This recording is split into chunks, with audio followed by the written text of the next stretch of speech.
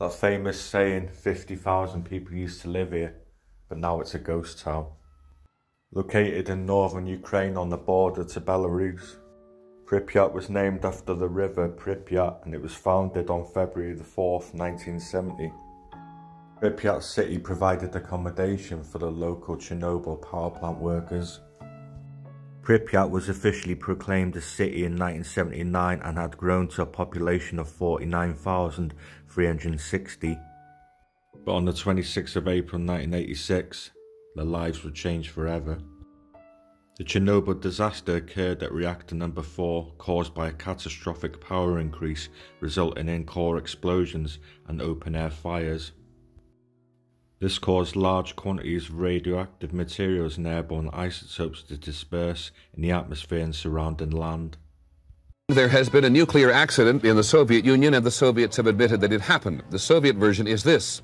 One of the atomic reactors at the Chernobyl atomic power plant near the city of Kiev was damaged, and there is speculation in Moscow that people were injured and may have died. The Soviets may have been fairly quick to acknowledge the accident because evidence in the form of mild nuclear radiation had already reached beyond the Soviet borders to Scandinavia. We begin with ABC's Dean Reynolds. The first word that something was seriously wrong came from this power plant in eastern Sweden, where workers coming on the job registered abnormally high levels of radiation on their bodies.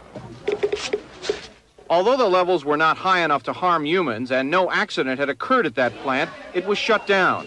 And as tests were conducted, similar puzzling reports of high radiation came in from all over Scandinavia. But still, no accidents were reported, leading to the conclusion that the problem was elsewhere, to the east, in the Soviet Union. A fact confirmed to the Soviet people on television tonight. От Совета министров СССР. An official announcement from the Council of Ministers. There has been an accident at the Chernobyl atomic power station. One of the atomic reactors was damaged. The consequences of the accident are being taken care of. Help is being given to the victims of the accident. A government commission has been set up. The civilian plant in question is in the Ukraine. It's something of a showcase facility, featured here in Soviet Life magazine, which extolled its safety record. It's near the city of Kiev, population 2.5 million, and about 1,000 miles from Scandinavia, meaning that whatever did occur there, a radioactive cloud headed north across Poland today and into Denmark, where radiation levels were 5 times normal, to Finland 6 times normal, to Norway up 50%, and Sweden illegally high. There are indications the accident could have happened several days ago. It would take that long for radiation to drift to Scandinavia and to make the political decision to announce it. You can be sure that the decision to disclose was made at the very highest level, undoubtedly by Gorbachev himself, and probably it took several days for the Soviet leaders to decide how to handle it.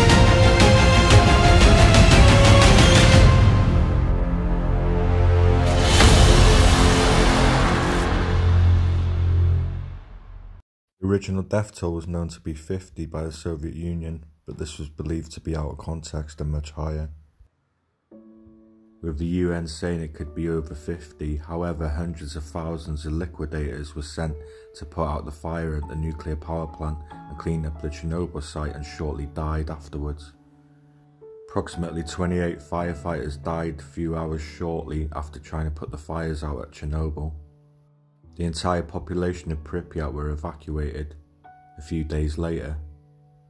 Experts have said it will take at least 3,000 years for the area to become safe, while others believe it is too optimistic.